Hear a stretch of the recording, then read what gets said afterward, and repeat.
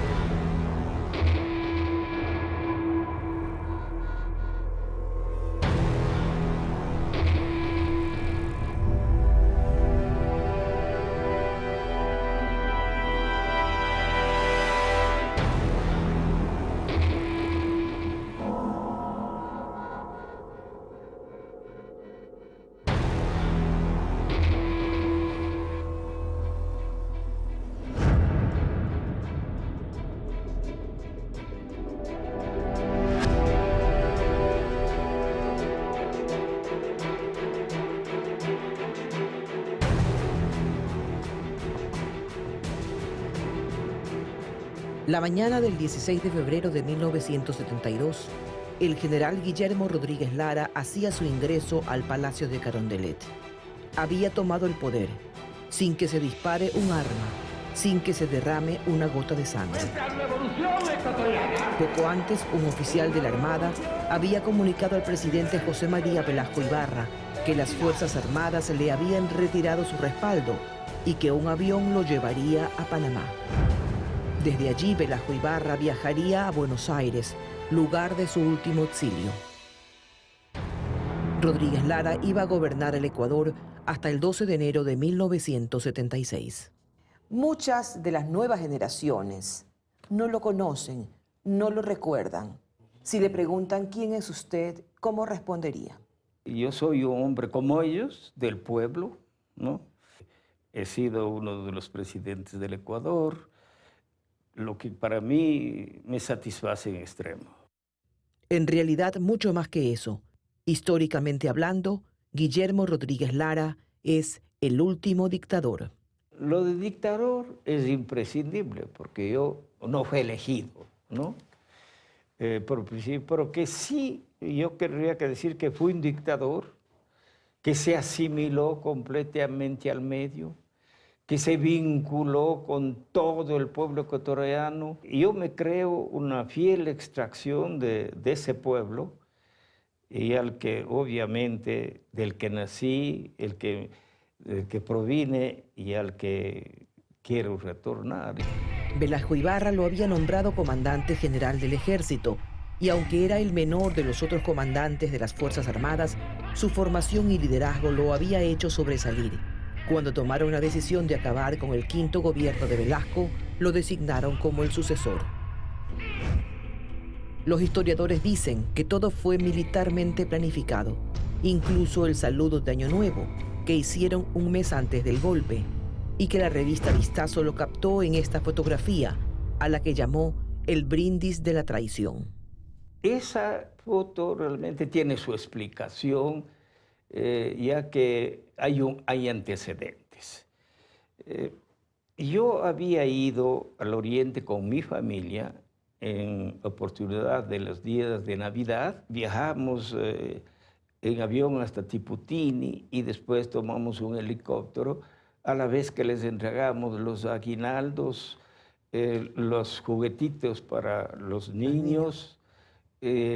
Pasábamos visitando los diferentes destacamentos y al regreso, posiblemente alguien al doctor Velasco Ibarra le había dicho que yo he ido a hacer política. Y claro, había querido el doctor Velasco Ibarra pues, que por ese hecho se me cancele el puesto.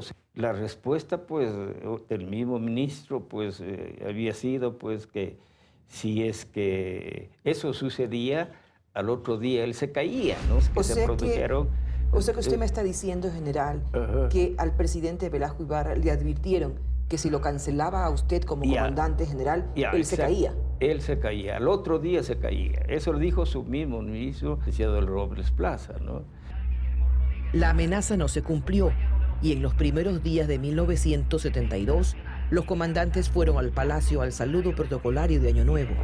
Los medios de prensa, y en eso han cometido un error muy grande. Eso yo no sé cómo ha pasado por el tamiz de las informaciones y se dice que yo he jurado a él pues la adhesión, lealtad, etc. Completamente falso.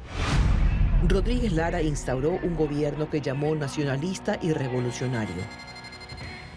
Declaró entonces que el gobierno de las Fuerzas Armadas apoyaría un cambio trascendente en la economía y en la sociedad ecuatorianas, en el cual resultaba imprescindible una intervención más decidida del Estado. Entonces nacionalizó el petróleo y se hicieron las obras necesarias para exportar el crudo por primera vez. Es un recurso fundamental, no el único. Es una fuente indispensable, no la exclusiva. Es realmente un recurso básico, jamás el único, el definitivo, el decisivo.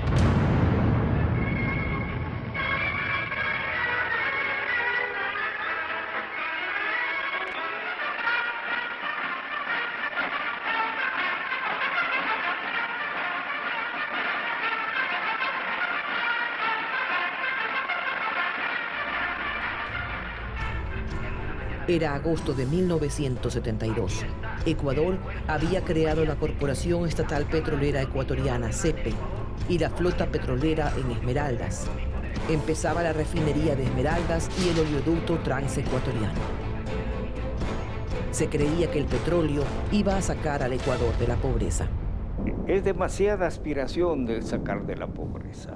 Si bien iba, y nosotros así lo comprendimos y hasta al realizar los planes respectivos contemplamos, iba a ayudar en forma significativa una base financiera para cubrir nuestras necesidades, solucionar los problemas, pero no en forma tan preponderante. Pero ese es el inicio de un boom petrolero y ese es el inicio de una época económicamente muy importante para el Ecuador. Principamos con un porcentaje de 176.000 barriles diarios de petróleo, ¿no? Y el precio del petróleo, el 72, era apenas de $2.50 el barril. $2.50 el barril. Y terminamos en el 75, fin del 75, principio del 76, a 13.90, lo cual nos produjo en cuanto, y uno de los compromisos que yo contraje con el pueblo ecuatoriano es llegar a rendirle cuentas al centavo de lo que el petróleo producía. Es indiscutible que fueron tiempos de bonanza. Aparecía la clase media. El crecimiento económico del 72 y el 73 superó el 10% y el sucre llegó a ser considerado como una de las 20 monedas más fuertes del mundo. En lo social se dio inicio a la llamada Segunda Reforma Agraria, por la cual se repartieron al menos 80.000 hectáreas de tierras. La ley ordenaba entregar al Estado propiedades que en un 80% estuvieran sin cultivar. Pero en contraparte, se silenciaban a las voces críticas que empezaban a hacerse oír. En 1975 iba a crearse por decreto ejecutivo la Ley de Radiodifusión y Televisión, la misma que dio al Ejecutivo carta blanca para las cadenas de televisión, siempre y cuando se informe sobre temas de alto interés nacional. Fueron los tiempos en que nació la televisión a color, que llegaba por primera vez al Ecuador con Canal 2 de televisión. Hoy Ecuavisa. Buenas noches. El expresidente... Se creaba la medicina rural ordenando a todos los estudiantes de medicina una práctica obligatoria fuera de las ciudades. Se hicieron inversiones en el área agropecuaria, operaciones que no estuvieron libres de acusaciones como la importación de fertilizantes en exceso, que causó una pérdida de 600 millones de sucres, según una investigación de la revista Vistazo. Fue responsabilizado el director del Banco Nacional de Fomento. En 1974 las importaciones habían crecido drásticamente, al igual que la inflación, que llegó al 23%. Vino el descontento social, huelgas, manifestaciones. En una de las protestas de los maestros en Guayaquil murió la dirigente Rosita Paredes Jumbo. ¿Hubo justicia para la muerte de Rosita Paredes?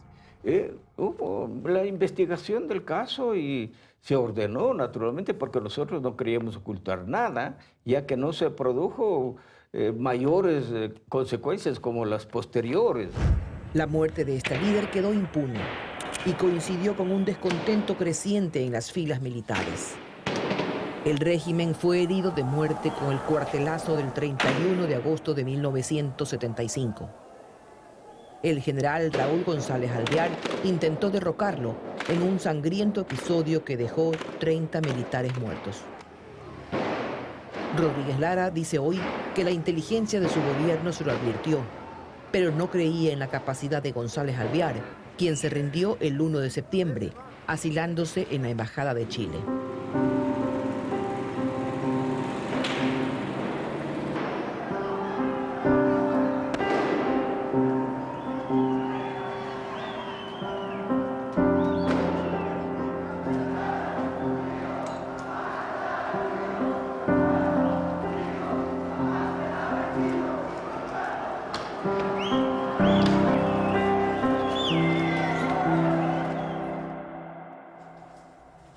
...40 años después, con casi 91 años y un bastón, dice que ha perdonado la traición.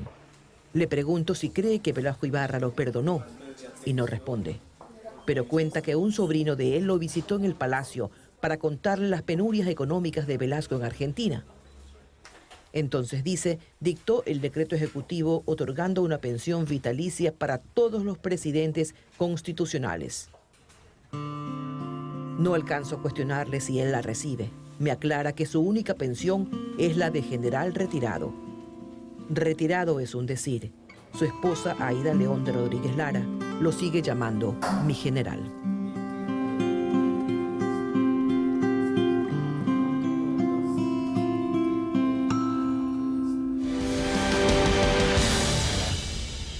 Al regresar, las revelaciones de Rodríguez Lara sobre Augusto Pinochet. Esto es Ecuavisa y su Visión 360. Ya volvemos.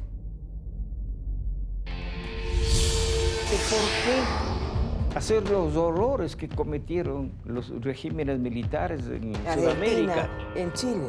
¿Y usted sabía lo que estaba pasando en Argentina y Chile siendo gobernante? Completamente. No solo que salía, sino que me invitaran a pertenecer al Plan Cóndor.